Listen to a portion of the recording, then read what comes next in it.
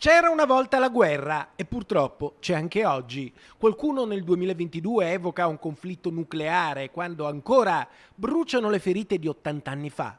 Sono già 45 le cause civili, 34 di famiglie venete, depositate in tribunale, con cui si chiede di risarcire i prigionieri e i discendenti degli internati nei lager nazisti.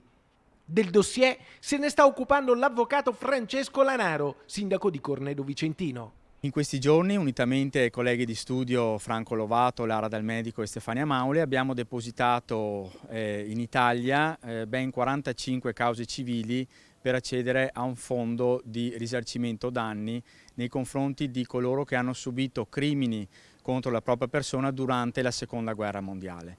45 gli atti notificati alla Germania e all'Italia. In realtà non sarà la Germania a risarcire le famiglie degli internati nei lager tedeschi, sarà invece l'Italia, con un fondo da 54 milioni di euro inserito in un decreto del governo Draghi nel marzo del 2022.